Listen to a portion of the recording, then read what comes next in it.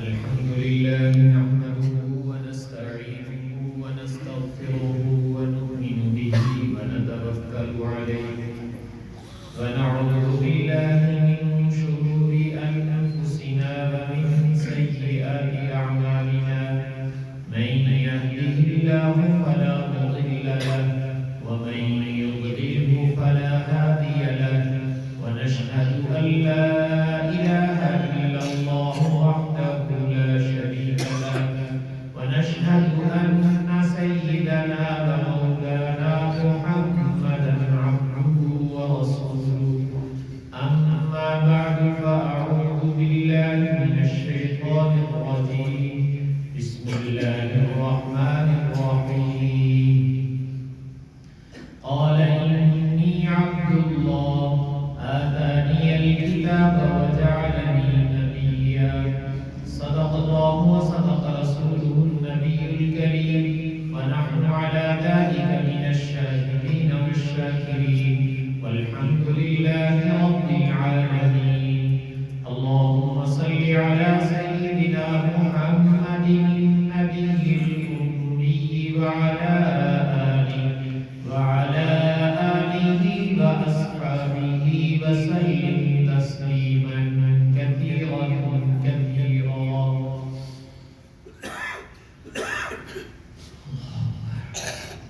اللہ جل شانہ نے اس آیت کریمہ میں سیدنا عیسیٰ علیہ السلام کا تذکرہ کیا اور قرآن پاک میں سیدنا عیسیٰ علیہ السلام کی بڑی وضاحت کی ہے ان کی زندگی کے حالات کے متعلق اور چونکہ اس کی یقینی وجہ یہ تھی کہ سیدنا عیسیٰ علیہ السلام قرب قیامت میں دوبارہ دنیا میں تشریف لائے اللہ تعالیٰ نے ان کو زندہ آسمان پہ اٹھایا ہوا ہے تو چونکہ انہوں نے دوبارہ آنا تھا دنیا میں تو دنیا میں نظریاتی طور پر عقائد کے لحاظ سے عیسیٰ علیہ السلام کے بارے میں طرح طرح کی باتیں جو وہ پھیلی ہیں تو حق تعالیٰ نے اس کجی سے بچانے کے لیے اس بے اعتدالی سے بچانے کے لیے میں نے کہا کہ سیدنا عیسیٰ علیہ السلام کے حالات کو تفصیل بیان اور قرآن پاک میں جا بجا اللہ تعالیٰ نے ان کا تذکرہ کیا ہے تاکہ ان کے نام پر وہ تو پیغمبر ہیں اللہ کے برگزیدہ نبی ہیں تو نبی کے نام پر گمراہی نہیں پھیلے نبی کے نام کو غلط مقاصد کے لیے استعمال نہ کیا جائے اگر کوئی کرے تو اپنے سر ہو کر کرے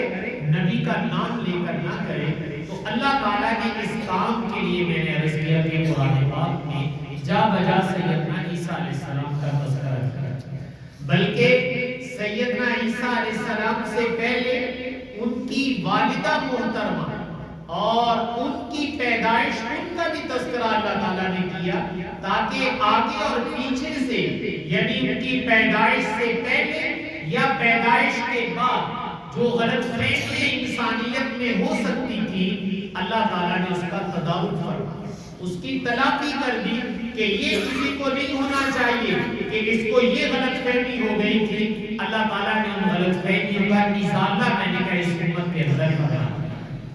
حضرت عیسیٰ علیہ السلام آپ کی والدہ ماجدہ سیدہ مریم اور سیدہ مریم ان کی والدہ ماجدہ سیدہ حنہ اور ان کے والد ماجد جناب عمران ہیں یہ حضرت عمران اور ان کی بیوی حنہ یہ ان سے اللہ تعالیٰ نے حضرت عیسیٰ علیہ السلام یعنی ان کی بیٹی سیدہ مریم ہے اور ان سے آگے سیدنا عیسیٰ علیہ السلام پیدا ہوئے ہیں تو جس وقت ان کے پیٹ میں سیدہ مریم آئی ہیں تو حنہ نے اللہ تعالیٰ سے ایک نظر مانگی رب انی نذرت لک ما فی بطنی محررا فتقبل منی یہ اس زمانے کا دستور بھی تھا اور سعادت بھی ہوتی تھی وہ یہ کہ بیت المقدس جو اللہ تعالیٰ کا گھر ہے اور بہت سارے انبیاء علیہ السلام یہاں تشریف لائے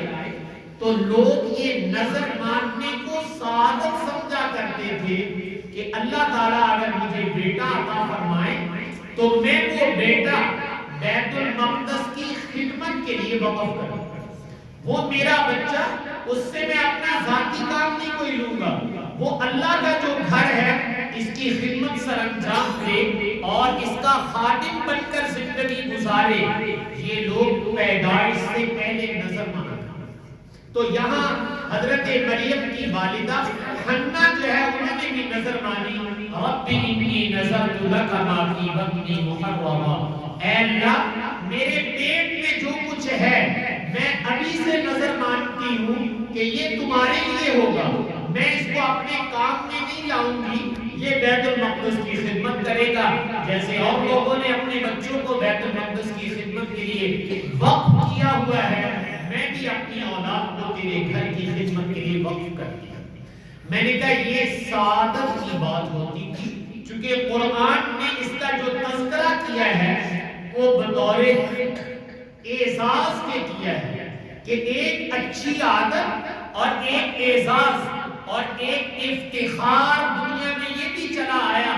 کہ انسانیت اپنی اولاد کو اللہ کے نام پر وقف کر دیتے تھے اور اس کو اپنے لیے سعادت اور اعزاز سمجھتے تھے، اور اللہ نے بھی اس کو بطور سعادت کے تذکرہ کیا ہے،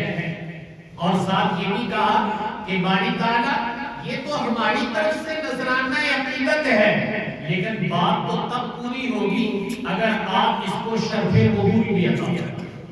آپ کے دربار میں بھی قبول ہو جائے۔ اس لیے ساتھ ہی یہ کہا انی نذرت لک ما فی بطنی محررا فتقبل منی، باری تعالیٰ نے میری طرف سے یہ نذرانہ عقیدت قبول کر لیا، اگر آپ قبول کر لیں گے تو زہر قسمت آپ کو ضرورت نہیں ہے، نہ آپ کے دین کو ضرورت ہے، یہ تو آپ کی عنایت ہے کہ آپ کسی کی اولاد کو اپنے گھر کی خدمت، اپنے دین کی خدمت کے لیے قبول کر لیں، یہ آپ کی عنایت ہے، اس لیے ہم ہاتھ جوڑ کے کہہ رہے ہیں فتقبل منی کہ باری تعالیٰ اس کو میری طرف سے قبول کر لیا جائے۔ تو میں نے کہا یہ نظر مانی ہے انہوں نے، اور یہ جب نظر مان لی اور اللہ تعالیٰ نے جب اولاد دی تو جب پیدا ہوا تو وہ بیٹے کی بجائے بیٹی سیدہ مریم پیدا ہوئی، تو جب بیٹی پیدا ہوئی تو وہ بہت پریشان ہوئی کہ یا اللہ میں نے تو نظر مانی ہوئی تھی کہ تیرے گھر کی صفائی ستھرائی خدمت جو بیت المقدس کے اور کام ہیں وہ کام سر انجام دے گی، اب یہ تو بیٹی پیدا ہو گئی، اس کا میں کیا کروں، یہ تو یہ کام نہیں کر سکتی مردوں کے اندر رہ کر، تو یہ کیا بنے گا؟ تو اللہ تعالیٰ نے جواب میں ایک بات ارشاد فرمائی، حق تعالیٰ نے فرمایا وَلَيْسَ الذَّكَرُ كَالْأُنثَىٰ، اگر لڑکا بھی پیدا ہوتا تو تم خوش ہوتی، لیکن جو میں نے تمہیں بیٹی کی ہے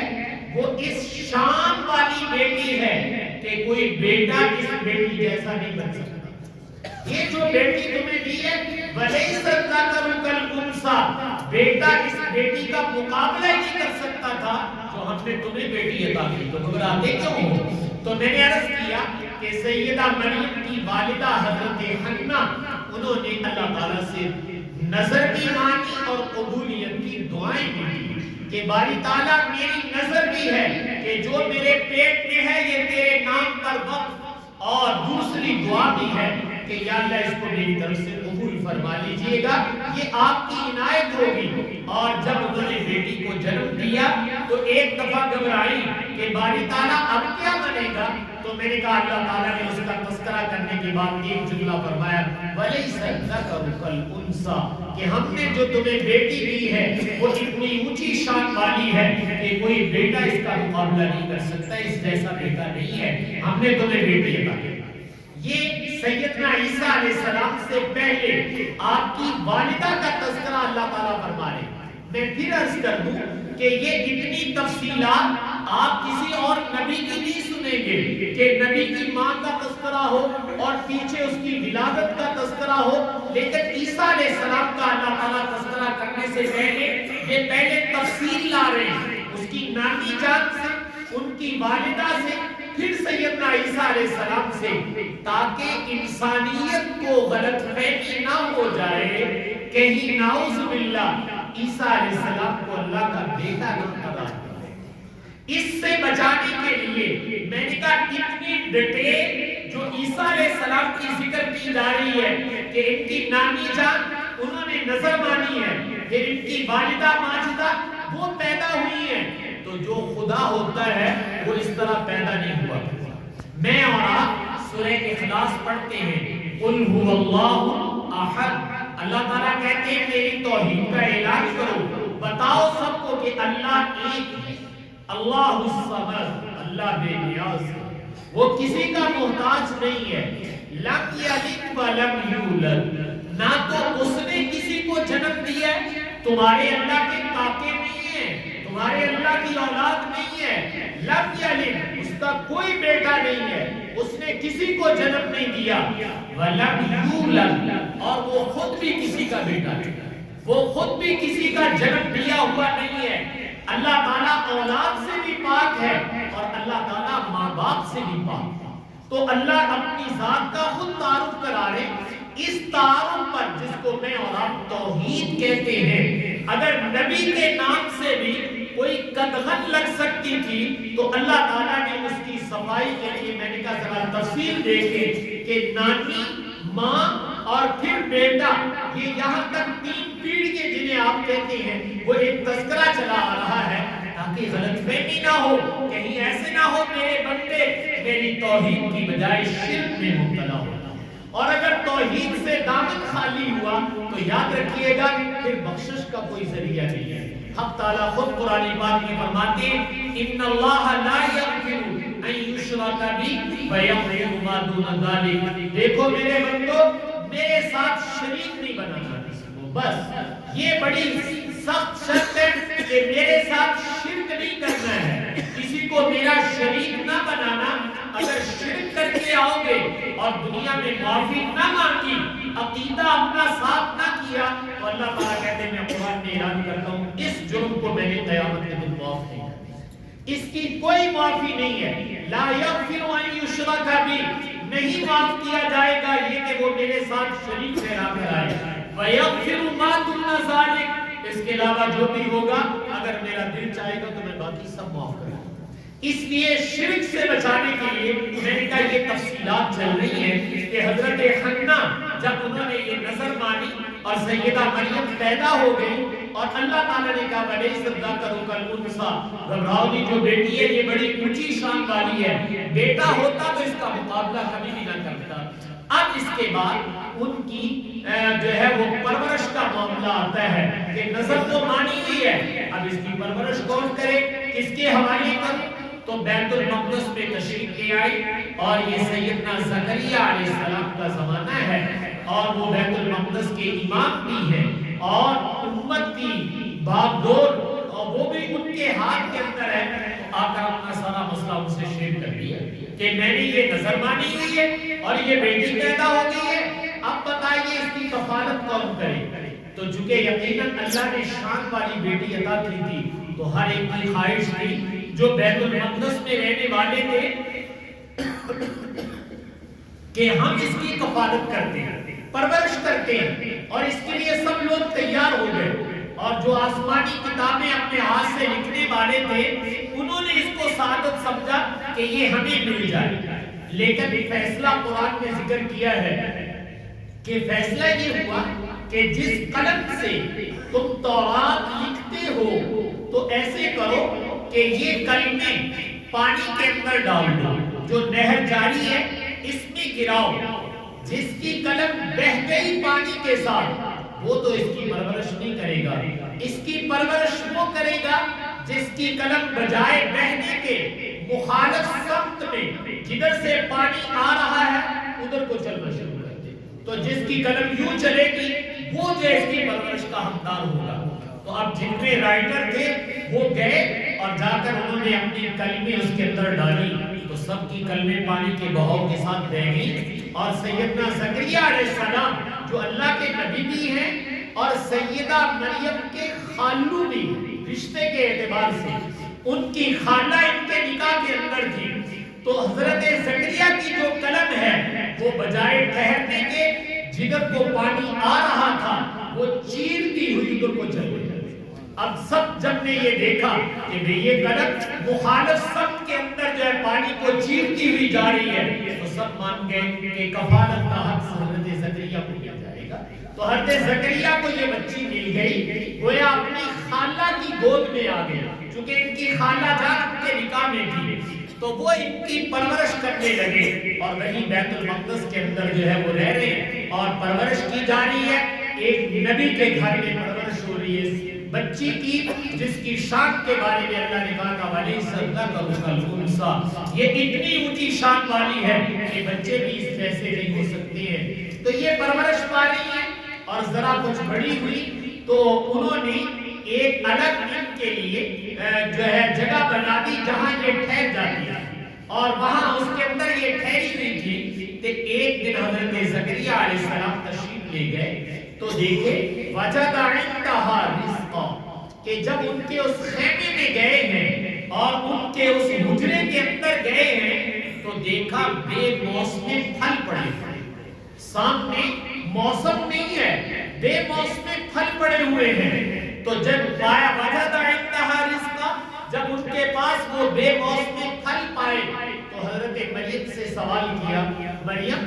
انا یکون, یہ کہاں سے آ گئے,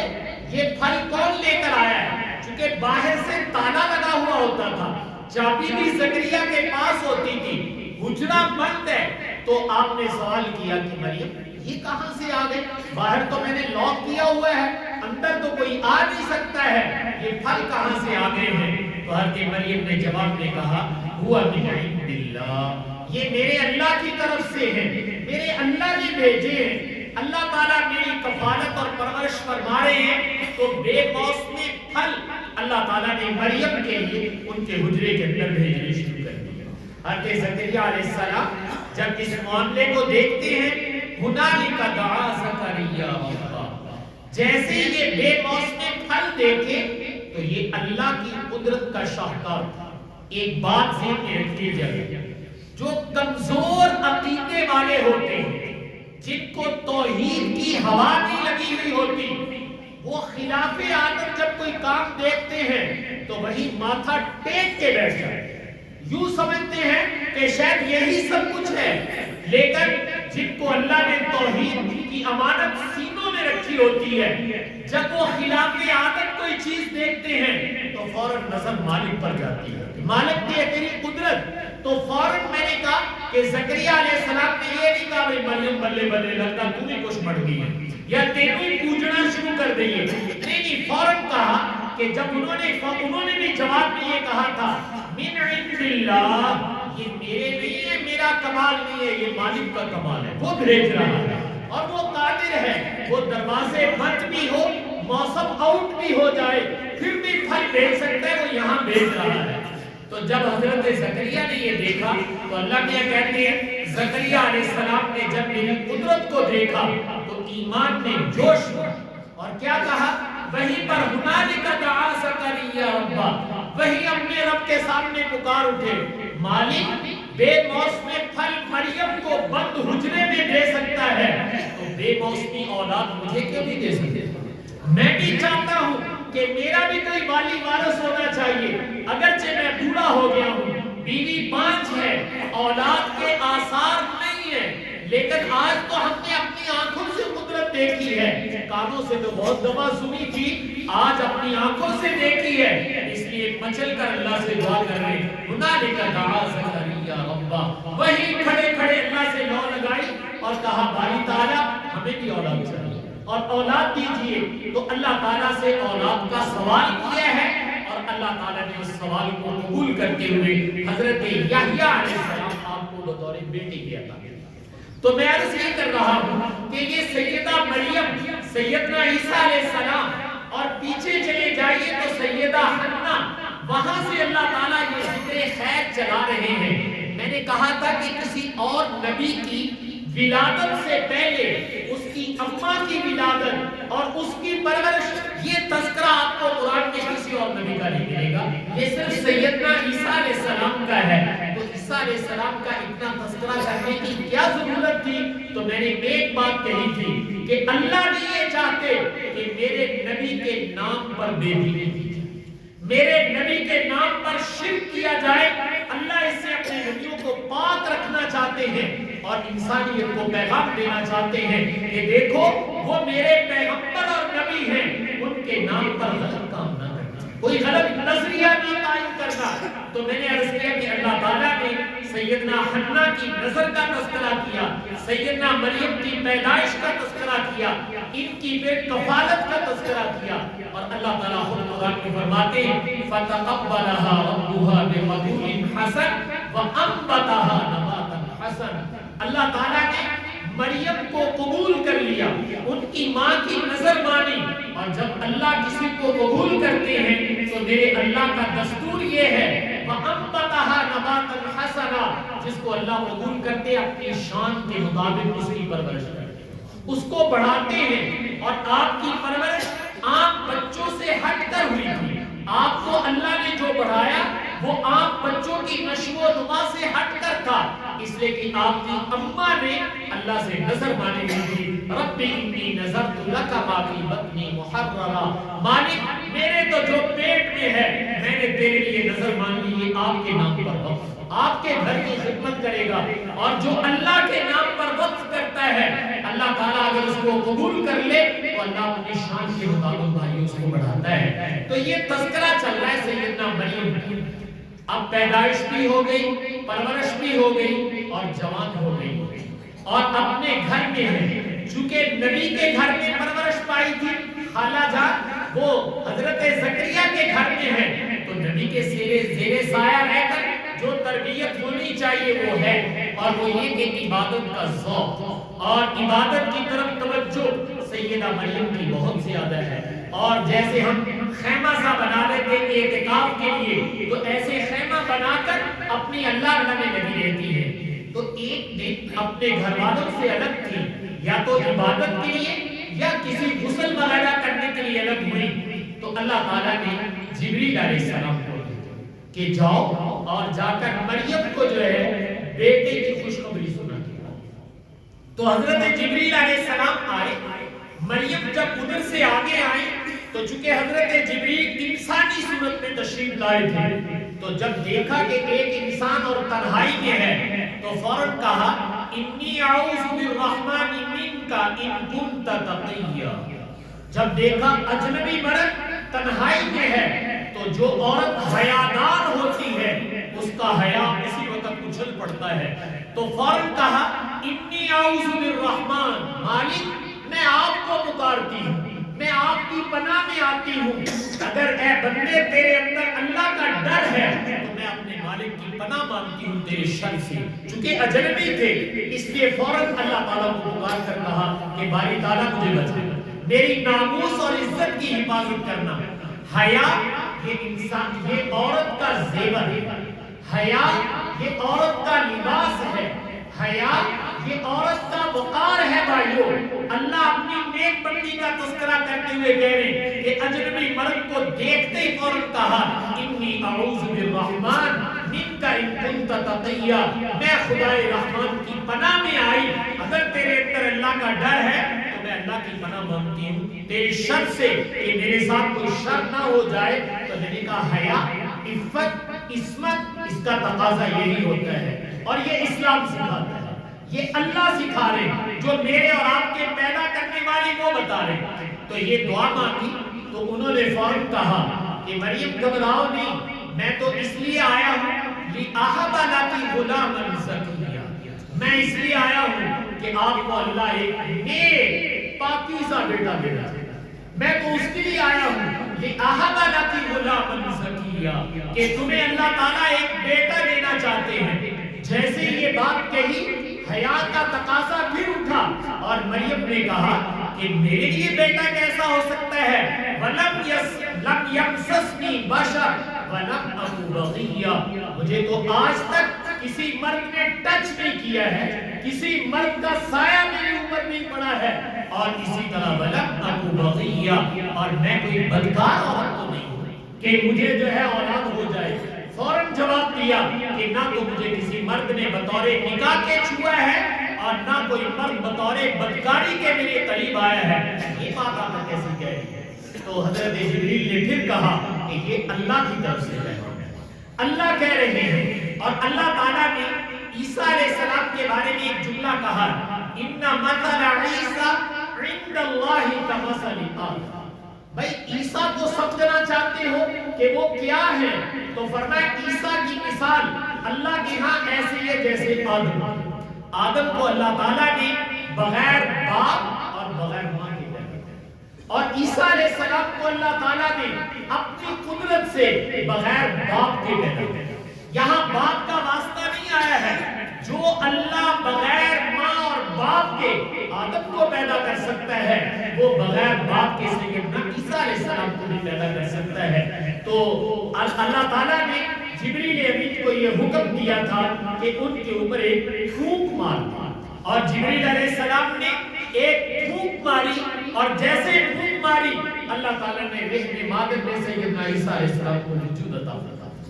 اس لیے یہ عیسیٰ علیہ السلام کی پیدائش کی میں نے کہا تفصیلات چل رہی ہیں، یہ انشاءاللہ کچھ جمعوں تک چلیں گی۔ یہ میں اس لیے عرض کر رہا ہوں کہ بھائیو، ہم عیسیٰ علیہ السلام کو اللہ کا بندہ اور اللہ کا نبی مانیں گے، جو انہوں نے خود اعلان کیا تھا، انی عبد اللہ۔ ارے انسانیت کے لوگوں، میں اللہ کا بیٹا نہیں ہوں، میں اللہ کا بندہ ہوں، مجھے اللہ نے نبی بنایا ہے۔ لیکن اگر آج دنیا عیسائیت خدا نخواستہ اس گناہ میں مبتلا ہے کہ وہ اس کو اللہ کا بیٹا کہتی ہے، تو یاد رکھیے گا حدیث میں آتا ہے، رسول پاک صلی اللہ علیہ وسلم نے فرمایا اللہ کے حق میں اس سے بڑی گالی نہیں ہو سکتی۔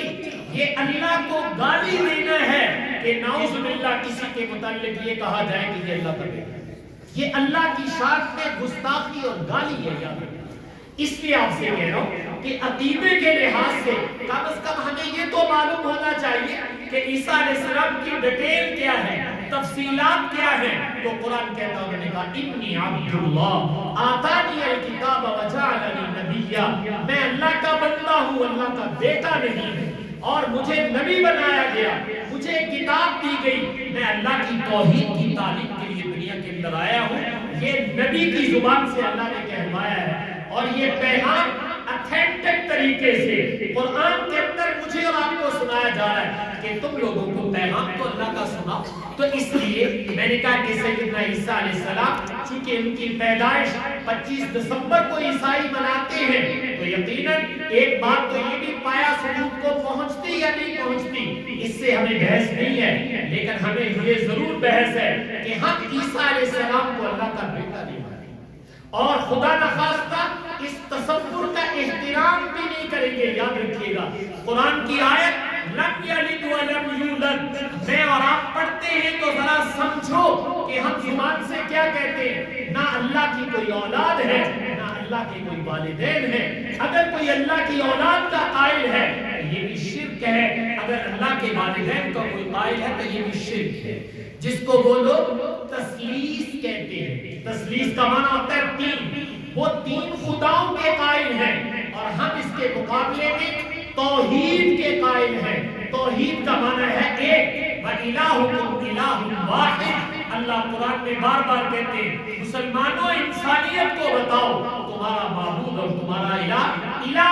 واحد۔ واحد کا معنی ہوتا ہے ایک، تمہارا الہ تو ایک ہے، تین نہیں ہے۔ یہ تین کا نقطہ نظر جو ہے یہ شرک بن جاتا ہے۔ اس لیے بھائیو شرک سے بیزاری ہونی چاہیے، تثلیث سے بیزاری ہونی چاہیے۔ کوئی یہ کہے قرآن، اللہ تعالیٰ خود قرآن میں کہتے، وہ کہتے ہیں عیسیٰ ابن اللہ، یہ عیسیٰ جو ہے یہ اللہ کے بیٹے ہیں، تو میں نے کہا قرآن نے اس کی تردید کی ہے، یہ کہنا بہت بڑی غلطی ہے۔ عیسیٰ علیہ السلام اللہ کے بیٹے نہیں ہیں، وہ اللہ کے بندے اور اللہ کے نبی ہیں۔ تو اس لیے عیسیٰ علیہ السلام کا جو مقام، جو ہسٹری قرآن نے انسانیت کو بتائی ہے، میں دیانت رکھتا ہوں تو اس میں حق بجانب ہوں، وہ آج کی دنیا عیسائیت کے پاس نہیں ہے، اس لیے کہ قرآن آسمانی کتاب ہے۔ تو یہ اس موقع کے اوپر یہ جو کرسمس ڈے منایا جاتا ہے، تو اگر آپ اس کے پس منظر میں جائیں تو اس کا پس منظر یہ نکلتا ہے کہ نعوذ باللہ من ذالک،